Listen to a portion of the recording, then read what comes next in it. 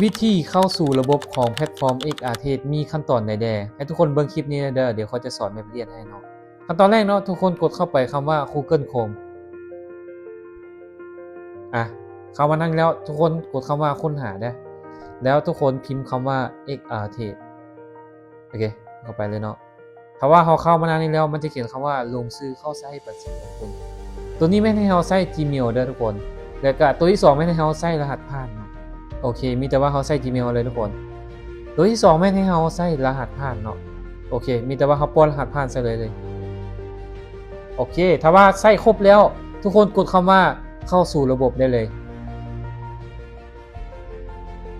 ถ้าว่าเข้ามาหน้านี้แล้วเนาะไม่ให้เราไปเอา2FA ในแอป Authenticator ด้วยทุกคนโอเคออกเลยเนาะแล้วไปเอารหัสเลยเนาะโอเคนี่แอปตัวนี้เลยแอป Authenticator เนาะเข้าไปมันจะเป็นรหัส6ตัวเนาะ2 4 6เห็นบอกมันจะเป็นรหัส6ตัวเนาะมีแต่ว่าเฮารอท่าให้มันเต็มก่อนทุกคนเด้อต้องรอท่าเวลาให้มันเต็มก่อนเนาะถ้าว่าเวลามืดๆนี่มันสิบ่ได้เด้อโอเคถ้าว่าเวลาเต็มแล้วเฮาก็กดคัดลอกไปเนาะแล้วไปวางใส่เลยทุกคนวางใส่เนาะปึ๊บ